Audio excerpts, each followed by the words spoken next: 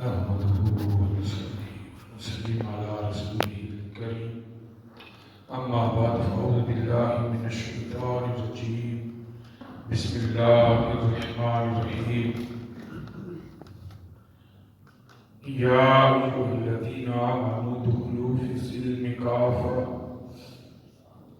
ولا تتبعوا خطوات الشيطان إنه لكم عدو مبين صدق الله مولانا العظيم وبلغنا رسوله النبي الكريم الأمين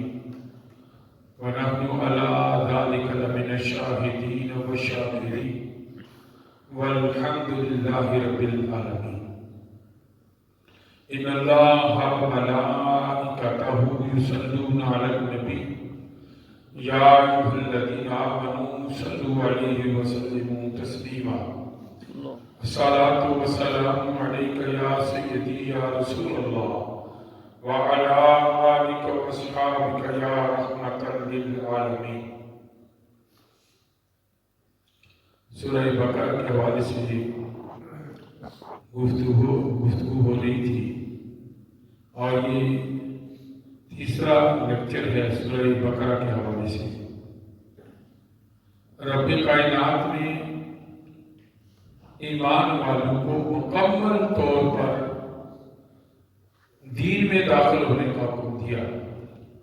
یا ایھا الذین آمنوا، اے ایمان والو، ادخلوا فی السلم کافہ، دین میں یا اسلام میں پورے کے پورے داخل ہو جاؤ.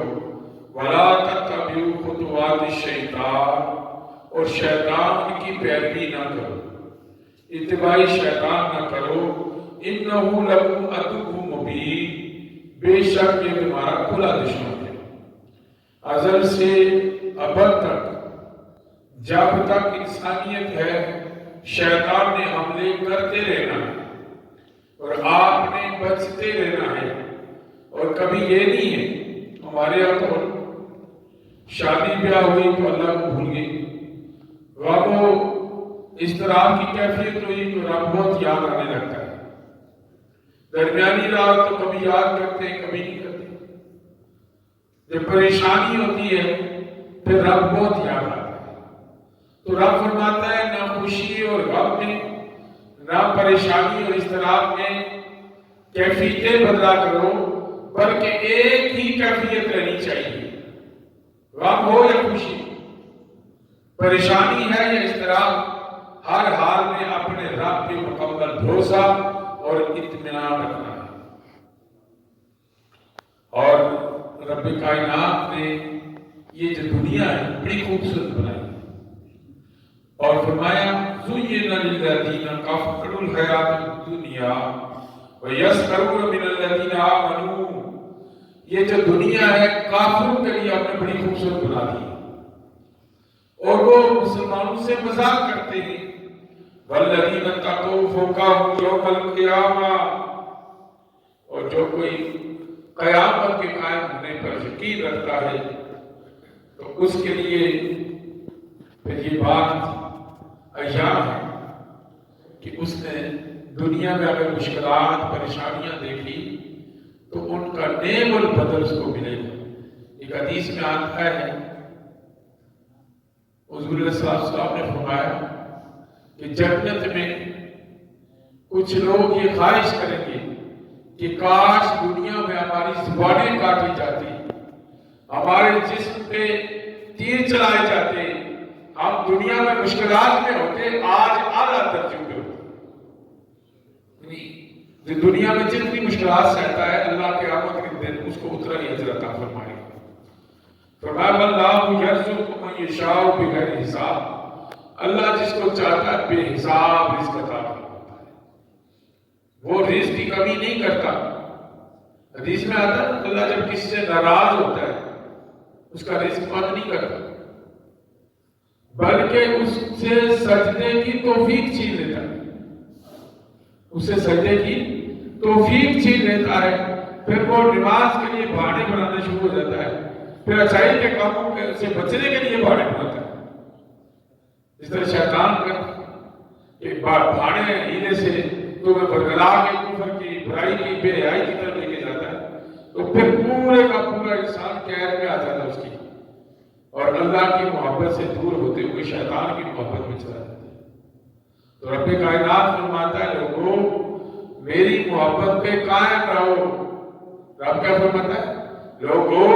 میری محبت پہ قائم رہو، کل قیامت کے دن اپنا اجر دے۔ اور ہمیں بڑا آسان طریقہ بتایا کہ بس کلمہ پڑھ لیے جب تمہاری انتظار کر رہی، یہ آخری درجہ ہے کہ صاحب ایمان کو بالآخر جنت ملے گی۔ جو صاحب ایمان ہے اس کو جنت ملے گی، لیکن گناہوں کی سزا پانے کے بعد ہم لازم کر لیتے جس طرح یہود نے کہا اور میں تھوڑی سی سزا ملے گی، ہم اللہ کے بڑے پیارے ہیں، اللہ ہمارے سامنے مجبور نہیں ہے، نہ ہماری عبادتوں سے مجبور ہے، نہ ہماری ریاستوں سے مجبور ہے، کسی حوالے سے اللہ ہمارے سامنے مجبور نہیں ہے، ہم اس کے سامنے مجبور، ہم اس کی مخلوق ہے، وہ ہمارا خالق، تو اس کی رضا اس کی خوشی کے لیے ہر قدم اٹھانا چاہیے، نہ کہ اللہ کو کہنا چاہیے ہم جو کرتے ہیں تو راضی ہو جائے۔ ایسا اس کی رضا پہ راضی ہونے والے کو اللہ پہ نوازتا ہے۔ ام حسبتم ان تدخلوا الجنہ ولما یأتکم مثل الذین خلوا من قبلکم، تم یوں ہی گمان کرتے ہو کہ جنت میں بھیج دیے جاؤ گے، اور مسکم البأساء والضراء وزلزلوا حتى يقول الرسول والذین آمنوا معه متى نصر اللہ، اور تم اسی طرح آسانی کے ساتھ جنت میں چلے جاؤ گے۔ تم سے پہلے بھی لوگ تھے جنہیں آزمایا گیا، فرمایا جب مشکلات آتی تھی، پریشانیاں آئیں، ان کے دل ہلا دیے گئے، دل گلوں تک پہنچائے، اور پھر پریشان ہو کے اللہ کے نبی کے پاس پہنچے اور کہنے لگے ہمیں کب آسانی ملے گی، کب آزادی ملے گی، کب یہ کفر کے جو طوفان ہم پہ وفا ہو رہے ان سے نجات ملے گی۔ تو پھر اللہ کے نبی کہنے لگے بولا کب فتح آئے گی، متى نصر اللہ، تو آپ نے فرمایا ان نصر اللہ قریب، بے شک اللہ کی نصرت ہے، اللہ کی فتح بہت قریب ہے۔ تو آزمائش کے بعد اللہ انسان کے درجات کو بلند کرتا ہے، مشکلات آتی ہیں، پریشانیاں آتی ہیں، اور ان پریشانیوں کے بعد یہ آسانیاں ملتی ہیں، اور یہ ویسے ہی جو سمجھتا ہے کہ میں ویسے ہی آسانی میں اور یوں ہی جنت میں ڈال دیا جاؤں گا، تو یہ اس کی خام خیالی ہے۔ سورہ بقرہ میں انفاق فی سبیل اللہ کے بارے میں تفصیل سے بیان کیا گیا ہے۔ فرمایا یسألونک ماذا ينفقون، محبوب آپ سے پوچھتے ہیں کیا خرچ کرنا، خرچ کیا کرنا ہے، یہ جو دولت اللہ نے دی ہے، جو مال کی اس میں سے خرچ کریں، قل ما انفقتم من خیر، اللہ پاک فرماتا ہے جو تم کرتے ہو، جو خرچ کرتے ہو تمہارے لیے بہتر ہے، فللوالدین، تو خرچ کرنے میں سب سے پہلا عمل کیا ہے، اپنے والدین پہ خرچ کرو، والاقربین، اپنے قریبی رشتہ داروں پہ خرچ کرو، والیتامی، یتیموں مسکینوں، والمساکین مسکینوں پہ خرچ کرو، وابن السبیل، اور مسافروں پہ خرچ کرو، وما تفعلوا من خیر فإن اللہ بہ علیم، اور رب فرماتا ہے تم جو کچھ بھی خرچ کرتے ہو اللہ کو اس کا علم ہے، اللہ کو پتہ ہے تم کیا خرچ کر رہے ہو، وہ سب کچھ جانتا ہے۔ اور بعض لوگ چونکہ رجب کے مہینے کو مقدس جانتے تھے، اس دوران ایمان والوں کے درمیان کفار کے درمیان ایک جھڑپ ہوئی، تو پھر کفار نے اس کو ایشو بنا دیا اور کہنے لگے دیکھو جی مسلمانوں نے مبارک مہینوں میں جنگ کی ہے، تو رب کائنات نے فرمایا یہ جو جنگ تم سمجھتے ہو نا، اس جنگ سے بھی ایک بڑا المیہ ہے، فرمایا الفتنہ اکبر من القتل، فتنہ جو ہے وہ قتل سے بڑا گناہ ہے۔ یہ جو آپ گاؤں گاؤں گلی گلی میں لوگوں میں نفاق پیدا کرتے ہیں، لڑائیاں جھگڑے پیدا کرتے ہیں، تو یہ قتل کرنے سے بڑا گناہ قرار دیا۔ اور ایک دوسرے کو لڑانے کے بجائے صلح کروانا اللہ کو زیادہ پسند ہے۔ اور پھر سورہ مبارکہ میں تفصیلی اپنی زندگی کے بڑے اس میں جو ہے نا وہ معاملات کو بیان کیا گیا ہے۔ اور جو سورہ بقرہ کو یاد کر لیتا ہے، اس کو صحیح معنوں میں پڑھ لیتا ہے، آدھا عالم ہو جاتا ہے۔ علماء نے کہا کہ آدھا عالم ہو جاتا ہے۔ سارے مسائل جو انسان کی اپنی زندگی سے تعلق رکھتے ہیں اسی سورہ مبارکہ میں بیان کر دی گئی۔ اور پھر شراب اور جوئے کے بارے میں وہ بھی پہلا اسی ہے، یسألونک عن الخمر والمیسر، یہ جو جوا اور شراب ہے اس کے بارے میں آپ سے کوشچن کرتے ہیں، سوال کرتے ہیں، قل فیہما اسم کبیر، اس میں بڑا گناہ ہے، ومنافع للناس، اور لوگوں کے لیے فائدے کی چیزیں ہیں، واسمھا اکبر من نفعہما، لیکن جو اس کا گناہ ہے نفع سے زیادہ نقصان دہ ہے۔ یعنی اگر کوئی جوا کھیلتا ہے ایک کو تو فائدہ ہوتا ہے لیکن دوسرے کا بیڑا گرک ہو جاتا ہے۔ شراب پینے والا پلانے والے کو وقتی تو فائدہ ہوتا ہے، پیسے کماتا ہے، لیکن پینے والے کا بیڑا گرک ہو جاتا ہے، تو وہ دونوں کو گناہ ہوگا، بنانے والے کو بھی، پلانے والے کو بھی اور پینے والے کو۔ اسی طرح جوئے کا بھی ہوگا۔ پھر یتیموں کے بارے میں احکام آئے ہیں، مشرک عورتوں سے نکاح سے منع کیا گیا اور فرمایا رب نے غلام بہتر ہے مشرک مرد سے، یعنی اگر ان کا ظاہری حسن و جمال ہے، خوبصورتی بھی ہے، مال و دولت بھی ہے، لیکن وہ مشرک، فرمایا اس سے مومن غلام بہتر ہے تمہارے لیے، لوڑی مومن بہتر ہے، اس لیے کہ کافر ہمارے ہمیشہ تمہارے ایمان پہ حملہ کرتا ہے اور مومن تمہارے ایمان کو بچانے کی کوشش کرتا ہے۔ اس سورہ مبارکہ میں طلاق کے احکام بڑی تفصیل سے بیان ہوئے اور فرمایا طلاق مرتان، ہمارے نوجوان جوش میں آ کے تین طلاقیں دے دیتے، بعد میں پھر مولوی کے پیچھے پڑتے کچھ لے دے کے معاملہ حل کریں۔ یہ دنیا بھی دین کے معاملے میں کچھ لینا دینا نہیں ہوتا۔ اکثر میں نے لوگوں کو روتے ہوئے دیکھا، جب رب فرماتا طلاق مرتان، طلاق 2 مرتبہ، اس کے بعد پھر جھوٹ کی کیفیت بھی ہو سکتی ہے، دوبارہ نکاح کی کیفیت بھی ہو سکتی ہے، لیکن جب پہلے ہی آپ نے گولی چلا دی، زبان کا زخم زیادہ سخت ہے تیر کے زخم سے، تلوار کے زخم سے، اس لیے کہ زبان سے نکلا ہوا لفظ اور رائفل سے نکلی ہوئی گولی واپس نہیں آتی۔ تو جب یہاں بھی یہ بھی حکم بیان کیا گیا ہے کہ اپنی زبانوں کا بہتر استعمال کریں، انہیں محتاط رکھیں کہ ایسا نہ ہو تمہاری زبان سے نکلا ہوا لفظ تمہارے لیے وبال جان بن جائے۔ تو لوگوں نے مذاق بنایا ہوا ہے بھائی طلاق دینے کا کیا ہوگا، اللہ پاک نے اسے سختی سے منع کیا گیا، اور دنیا میں حلال امر ہے جس کو سخت ناپسند کیا گیا ہے وہ طلاق ہے، تو اس لیے اس معاملے میں احتیاط برتی جائے۔ عدت کے احکام میں طلاق کے دوران جو عدت گزارنی ہے وہ کیسے گزارنی ہے، اور پھر یہ بھی حکم ہے مائیں اپنے بچوں کو 2 سال تک دودھ پلائیں، اور اس کے رضا کے احکام بیان کے آیت نمبر 233 میں۔ پھر قرض حسنہ کا حکم ہے، فرمایا من الذی یقرض اللہ قرضا حسنا، کون ہے جو اللہ کو قرض حسنہ دے؟ یہ جو قرض ہے یہ صدقہ و خیرات سے زیادہ فائدہ رکھتا ہے۔ کوئی آدمی صدقہ و خیرات دیتا ہے، کیا پتہ وہ مستحق ہے یا نہیں، کیا پتہ اس کی ضرورت ہے یا نہیں، لیکن قرض وہی مانگتا ہے جو مجبور ہوتا ہے، بالکل آخری لمحے پہ جا کے وہ قرض مانگتا ہے مجبور ہو کے، اور قرض دینے والے کے لیے آیا ہے کہ اگر کوئی کسی کو قرض دیتا، جب تک اسے وہ قرض واپس کرتا اس کو صدقہ و خیرات کا ثواب ملتا رہتا ہے، اور جو قرض لیتا ہے اگر اس کی نیت یہ ہے کہ اس کو واپس کرے گا تو اللہ اس کو توفیق دیتا ہے واپس کرنے کی، اور اگر کوئی یہ نیت کر لے کہ ٹھیک ہے مل گیا تو اب کس نے آ جانا ہے تو اس کو گناہ عظیم ملتا ہے، کیونکہ اعمال کا دار و مدار نیتوں پر ہے۔ تو اس لیے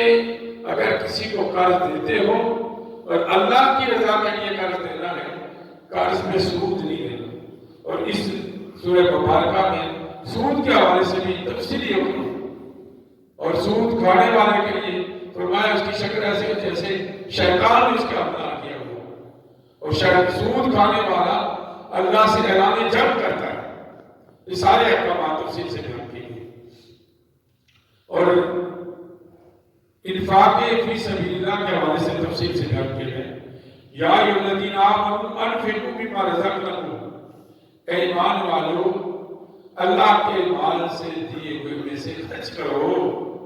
من قبل ان یاتی یوم لا بیع ولا خلۃ ولا شفاعۃ، اس دن کے آنے سے پہلے جس دن نہ کوئی دوست ہوگا اور نہ کوئی تمہارا شافی ہوگا۔ تمہارا دنیا میں کوئی دوست نہیں ہے سوائے اللہ کے، اور تمہارا دنیا میں کوئی شفاعت کرنے والا نہیں ہے سوائے اللہ کے رسول کے،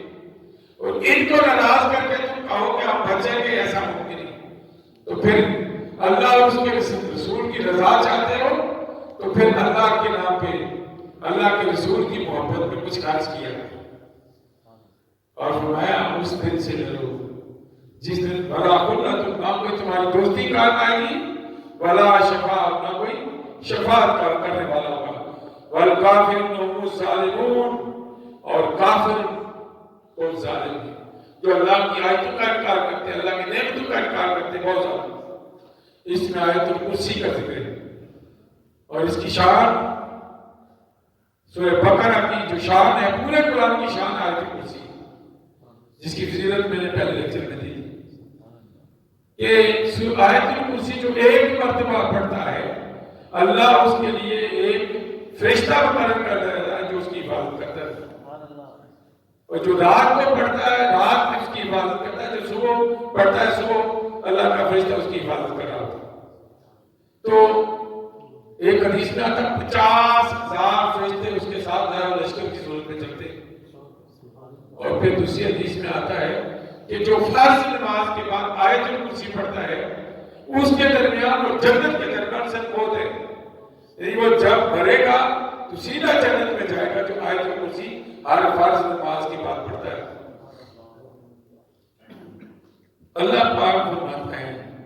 اللہ ایمان والوں کو اپنا دوست فرماتا ہے، اللہ ولی الذین آمنوا، اللہ کے وہ دوست ہیں جو اللہ پر ایمان لائے ہیں، یخرجہم من الظلمات الی النور،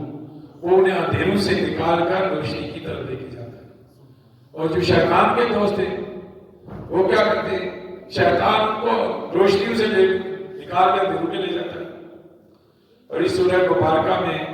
حضرت ابراہیم علیہ السلام کا تذکرہ کہ کیسے انہوں نے رب کی بارگاہ میں التجا کی، مولا میں زندگی کو دیکھنا چاہتا ہوں، میں دیکھنا چاہتا ہوں کہ تو کیسے زندہ کرتا ہے۔ رب نے فرمایا تجھے مجھ پہ اعتماد نہیں، تو حضرت ابراہیم علیہ السلام بولا اعتماد تو ہے پر دیکھنا چاہتا ہوں کیسے ہوتا ہے۔ تو رب نے فرمایا اچھا 4 پرندے لو، ان کے ٹکڑے ٹکڑے کر کے مختلف پہاڑوں پہ کر دو اور ان کو بلاؤ، دیکھو کیا ہوتا ہے۔ جب حضرت ابراہیم علیہ السلام نے ٹکڑے کیے اور ان پرندوں کو واپس بلایا تو وہ اڑتے ہوئے ان کے پاس پہنچے۔ پھر حضرت عزیر علیہ السلام کا بھی واقعہ ہے کہ کیسے انہوں نے 100 سال اپنی زندگی کے سوتے ہوئے گزارے، اور جب جاگے تو پوچھا کہ آپ کتنے دن گزارے، تو کہنے لگے 1 یا 2 دن۔ تو رب نے فرمایا تم 100 سال سوئے رہے، اس کا بھی تذکرہ ہے۔ اور پھر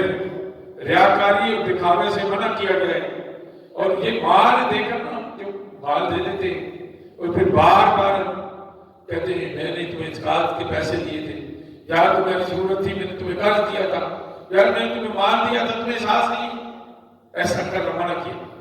اور فرمایا کہ کسی کو عطیہ کر کے اللہ کی رضا کی خاطر دے کر واپس نہیں لینا اور اس کا اظہار بھی نہیں کرنا۔ پھر انفاق فی سبیل اللہ کا بڑا تفصیل سے ذکر ہے۔